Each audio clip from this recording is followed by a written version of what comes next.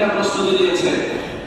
একটা হচ্ছে যে নামাজগুলো আপনি ধরেছেন তাসবিহ হাত থেকে ছাড়া নাই, তাসবিহ দানাগুলো অস্ত্র বানিয়ে আল্লাহ দরবারে এক একটা মিজান ছুঁয়েছে যে আল্লাহ আপনি সারা না দিলে এদের ফয়সালা হবে না, সুতরাং আমাদের তাসবিহ আপনার দিকে যাচ্ছে, আপনি আমাদের সারা দিয়ে বদলে আমাদের মুসলমানদের বিজয় দিয়ে দেন। সুবহানাল্লাহ।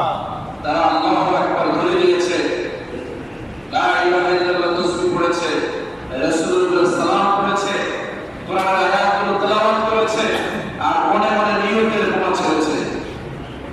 কাফেরদেরকে ধ্বংস করে দেন, কাফেরদেরকে পরাস্ত করে দেন, মক্কার অধিবাসীদেরকে পরাস্ত করে দেন, মক্কা মুসলমানদের পক্ষে দিয়ে দেন। এভাবে এক একটা নিয়ত ছিল, এক একটা মিজান। কি বলেন ঠিক না?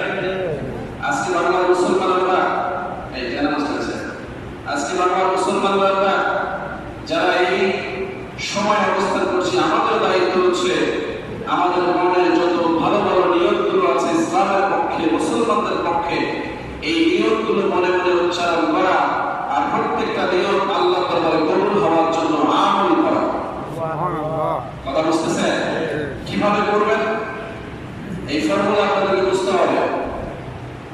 আপনাকে বলা হয় যে যদি আপনি জিন থেকে বাঁচতে চান তাহলে সূরা ইখলাস পড়েন, সূরা নাস ফালাক পড়েন, অথবা সূরা জিন পড়েন, অথবা কোরআনের কোন আয়াত পড়েন। বলা হয় না কিসের থেকে বাঁচার জন্য? জিনের থেকে, জিনের হাত থেকে, শয়তানের হাত থেকে, অথবা আপনাকে জাদুর হাত থেকে বাঁচতে বলা হয়। হুজুররা বলে যে সূরা ইখলাস নাস ফালাক পড়ে শরীরে ফু দিলে জাদু কেটে যাবে, বলে কিনা? এখন আমি বলছি ইরান যুদ্ধে ইরানের পক্ষে আল্লাহর কাছ থেকে দোয়াটাকে কবুল করাইয়া মুসলমানদের বিজয় আনতে হলে আপনি কি আমল করবেন? কোন আমলটা আল্লাহ পছন্দ করলে সেখানে বিজয় আসবে?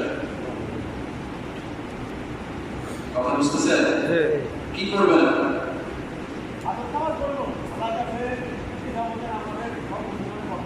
যার যতটুকু সামর্থ্য আছে ততটুকু নিয়েই আল্লাহর দরবারে হাজিরা দিতে হবে। তার মধ্যে কতগুলো ফর্মুলা আছে কার্যকর, যেগুলো আল্লাহ পছন্দ করেন, যেই পদ্ধতিতে আল্লাহ ওলিরা কামিয়াব হয়েছেন, যেই পদ্ধতিতে আউলিয়া কেরাম আমাদেরকে শিক্ষা দিয়েছেন, ওই পদ্ধতিতে যেতে হবে।